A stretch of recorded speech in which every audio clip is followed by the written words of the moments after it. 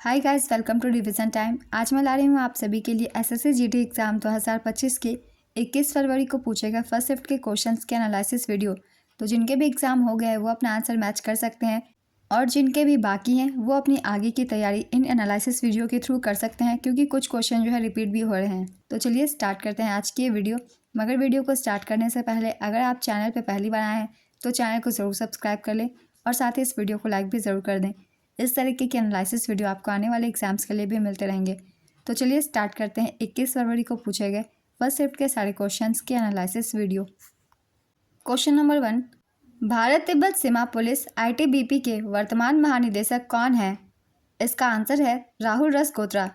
राहुल रसकोत्रा भारत तिब्बत सीमा पुलिस के वर्तमान महानिदेशक है। वह मणिपुर कैडर के 1989 बैच के आईपीएस अधिकारी हैं। इससे पहले वे इंटेलिजेंस ब्यूरो के विशेष निदेशक थे। आईटीबीपी की स्थापना 24 अक्टूबर 1962 को हुई थी।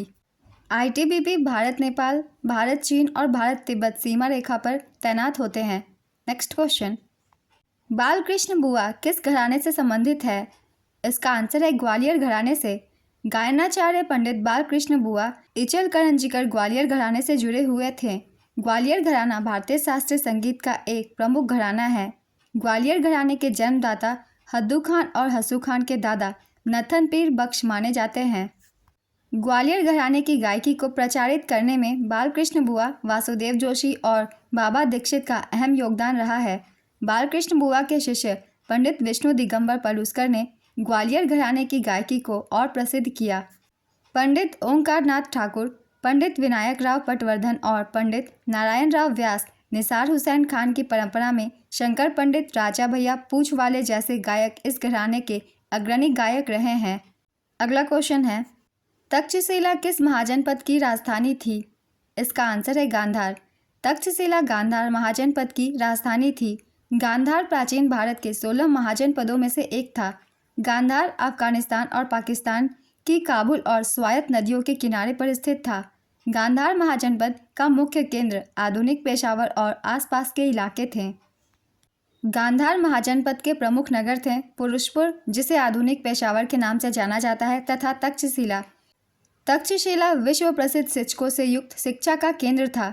कौशल महाजनपद की राजधानी श्रावस्ती थी। कुरु महाजनपद की राजधानी इंद्रप्रस्थ थी। वज्जी महाजनपद की राजधानी वैशाली थी। मगध महाजनपद की राजधानी राजगृह थी। अवंती महाजनपद के उत्तरी भाग की राजधानी उज्जैनी थी। अवंती महाजनपद के दक्षिणी भाग की राजधानी महिष्मती थी। ये कुछ महाजनपदों की राजधानी थी। इनसे भी क्वेश्चन पूछ लिए जाते हैं, इसलिए इन्हें भी याद रखिएगा।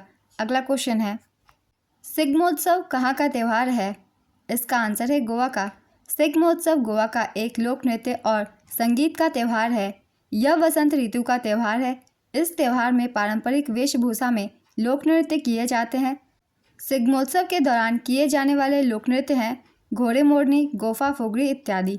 नेक्स्ट क्वेश्चन, भारत के किस पड़ोसी देश में सबसे अधिक युवा जनसंख्या है? इसका आंसर होगा पाकिस्तान। भारत के पड़ोसी देशों में पाकिस्तान में सबसे अधिक युवा जनसंख्या है।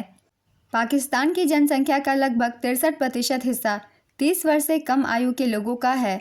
भारत के पड़ोसी देशों में बांग्लादेश की आबादी सबसे ज़्यादा है।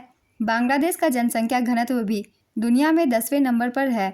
भारत में दुनिया की सबसे बड़ी युवा आबादी है। भारत की आबादी का करीब 40% 13 से 35 साल की उम्र के बीच का है। बिहार में सबसे ज़्यादा युवा आबादी है। चीन दुनिया का सबसे ज़्यादा आबादी वाला देश है। मालदीव जनसंख्या के मामले में भारत का सबसे छोटा पड़ोसी देश है। तो ये कुछ पड़ोसी देश की जनसंख्या से रिलेटेड डाटा थे। इन सभी को भी आप सब याद रखिएगा। अगला क्वेश्चन है, भारत के किस शहर ने 141वें अंतर्राष्ट्रीय ओलंपिक समिति सत्र की मेज़बानी की? इसका आंसर है मुंबई।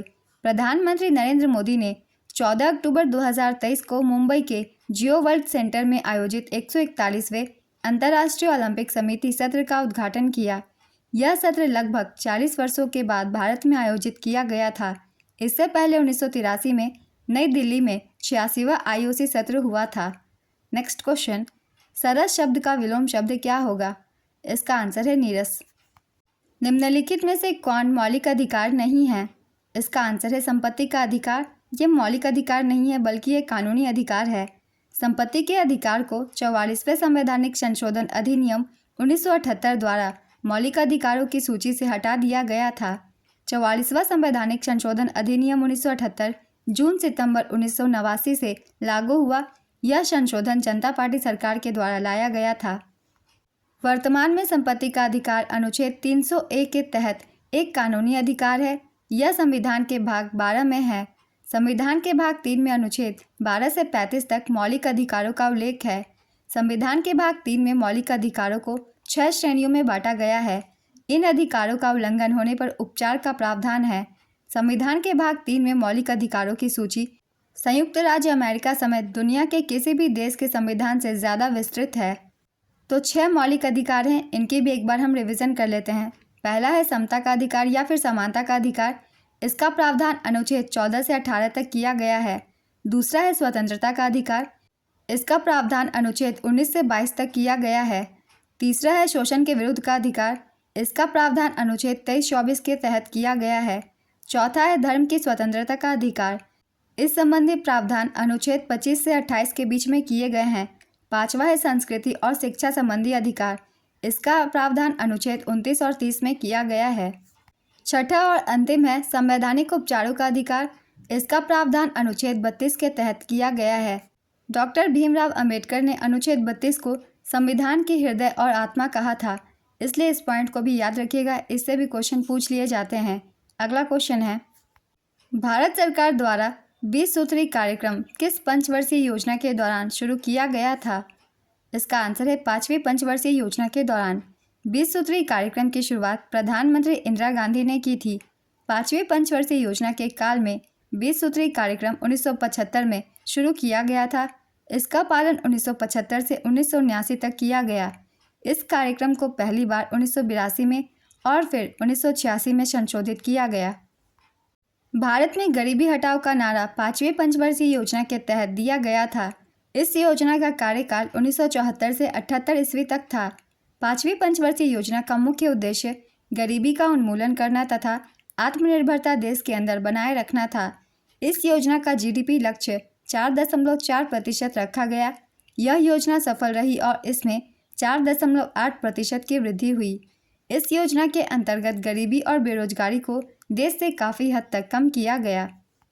5वीं पंचवर्षीय योजना के दौरान वर्ष 1975 में विद्युत आपूर्ति अधिनियम में संशोधन किया गया। 5वीं पंचवर्षीय योजना के दौरान ही भारतीय राष्ट्रीय राजमार्ग प्रणाली की शुरुआत की गई थी। 5वीं पंचवर्षीय योजना के पहले वर्ष में न्यूनतम आवश्यकता कार्यक्रम MNP शुरू किया गया। MNP को DP धर द्वारा तैयार किया गया था। ये कुछ इंपॉर्टेंट पॉइंट्स थे 5वीं पंचवर्षीय योजना से संबंधित। अगला क्वेश्चन है, खेलो इंडिया यूनिवर्सिटी गेम्स 2023 में पंजाब यूनिवर्सिटी ने कितने पदक जीते थे? इसका आंसर है 69 पदक। काफ़ी बार मैंने प्रैक्टिस सेट में बताया हुआ है कि पंजाब यूनिवर्सिटी ने 69 पदक जीते थे। तो चलिए एक बार रिवीजन कर लेते हैं 2023 के खेलो इंडिया यूनिवर्सिटी गेम्स की एक बार फिर से। खेलो इंडिया यूनिवर्सिटी गेम्स 2023 का आयोजन उत्तर प्रदेश के 4 शहरों लखनऊ, वाराणसी, ग्रेटर नोएडा और गोरखपुर में किया गया। इसमें पंजाब यूनिवर्सिटी कुल 69 पदकों के साथ पदक तालिका में पहले स्थान पर रहा था, जिसमें से इसने 26 गोल्ड, 17 सिल्वर और 26 ब्रॉन्ज जीते थे। दूसरे स्थान पर रहा था गुरु नानक देव यूनिवर्सिटी। इसने 68 पदक जीते थे, 24 गोल्ड, 27 सिल्वर और 17 ब्रॉन्ज। शुभंकर का नाम था जीतू।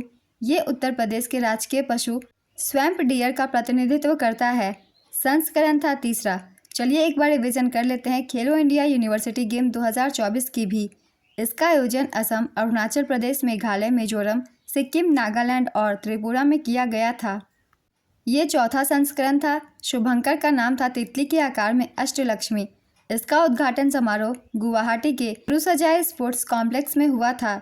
इसने पदक तालिका में प्रथम स्थान पर चंडीगढ़ यूनिवर्सिटी कुल 71 पदकों के साथ रहा। इसने 32 गोल्ड, 18 सिल्वर और 21 ब्रॉन्ज जीते थे। दूसरे स्थान पर लवली प्रोफेशनल यूनिवर्सिटी था। इसने 42 पदक जीते थे, 20 गोल्ड, 14 सिल्वर और 8 ब्रॉन्ज। तीसरा स्थान गुरु नानक देव यूनिवर्सिटी का था। इसने 51 पदक जीते, 12 गोल्ड, 20 सिल्वर और 19 ब्रॉन्ज। खेलो इंडिया यूनिवर्सिटी गेम्स का पहला संस्करण 2020 में Kalinga institute of industrial technology Odisha में आयोजित किया गया था और इसका दूसरा संस्करण वर्ष 2022 में बेंगलुरु कर्नाटक में आयोजित किया गया। नेक्स्ट क्वेश्चन, डोमार सिंह कुंवर किस राज्य से संबंधित है? इसका आंसर है छत्तीसगढ़। इन्हें 2023 में पद्मश्री से सम्मानित किया गया था। नेक्स्ट क्वेश्चन, भारत के राष्ट्रपति द्वारा बुलाई गई संयुक्त बैठक की अध्यक्षता कौन करता है? इसका आंसर है लोकसभा का अध्यक्ष। 1947 में भारत का विभाजन कितने भागों में हुआ था? इसका आंसर है 2 भागों में। भारत 2 भागों में बटा था, भारत और पाकिस्तान। इस बंटवारे की घोषणा 2 जून 1947 को भारत के आखिरी वायसराय लॉर्ड माउंटबेटन ने की थी। नेक्स्ट क्वेश्चन, जब किसी वस्तु को ऊपर फेंका जाता है तो उच्चतम बिंदु पर गतिज ऊर्जा और स्थितिज ऊर्जा क्या होती है? इसका आंसर है गतिज ऊर्जा घटती है और स्थितिज ऊर्जा बढ़ती है। पूर्व पहले उत्तर पश्चिम भारत में कौन आकर बस गए थे? इसका आंसर है यूनानी शक कुषाण। तीसरी पंचवर्षीय योजना के बीच किसका सामना करना पड़ा था? इसका आंसर है 1965 भारत पाकिस्तान युद्ध का। तीसरी पंचवर्षीय योजना ने कृषि और गेहूं के उत्पादन में सुधार पर जोर दिया, लेकिन 1962 के भारत चीन युद्ध ने अर्थव्यवस्था में कमजोरियों को उजागर किया और रक्षा उद्योग और भारतीय सेना की ओर ध्यान केंद्रित किया। 1965-66 में भारत पाकिस्तान के साथ युद्ध हुआ। तीसरी पंचवर्षीय योजना की अवधि 1961 से 66 तक की थी। नेक्स्ट क्वेश्चन, किन्नौर महोत्सव किस राज्य में मनाया जाता है? इसका आंसर है हिमाचल प्रदेश। गाल फुलाना मुहावरे का क्या अर्थ है? इसका आंसर है रूठ जाना। मिट्टी का तत्सम शब्द क्या होगा? इसका आंसर है मृतिका। होनी का विलोम शब्द क्या है? इसका आंसर है अनहोनी। सुआ का पर्यायवाची शब्द क्या होगा? इसका आंसर है तोता, सुगा, सुख, कीर, दारिम प्रिय, तुंड, रक्त तुंड। इनमें से जो भी एक ऑप्शन में हो आप उसे टिक कर सकते हैं। नेक्स्ट क्वेश्चन, तमिलिसाई सौंदरराजन ने 2024 में किस केंद्र शासित प्रदेश के उपराज्यपाल के पद से इस्तीफा दे दिया था? इसका आंसर है पुदुचेरी। तमिलिसाई सौंदरराजन भारतीय जनता पार्टी से संबंधित एक राजनीतिज्ञ हैं। उन्होंने तेलंगाना के दूसरे राज्यपाल के रूप में कार्य किया और 18 फरवरी 2021 से 18 मार्च 2024 तक पुदुचेरी के उपराज्यपाल के रूप में भी कार्य किया। नेक्स्ट क्वेश्चन, महासागर के अम्लीकरण का प्राथमिक कारण क्या है? इसका आंसर है कार्बन डाइऑक्साइड गैस। आज के फर्स्ट शिफ्ट के एनालिसिस वीडियो कंप्लीट होती है। अगर आप सभी को ये वीडियो हेल्पफुल लग रही हो तो इसे लाइक ज़रूर कर दीजिएगा और इस तरीके की वीडियो के लिए चैनल भी ज़रूर सब्सक्राइब कर लीजिए। फिर मिलते हैं अगले वीडियो के साथ। आप सभी को आने वाले एग्जाम्स के लिए ऑल द बेस्ट।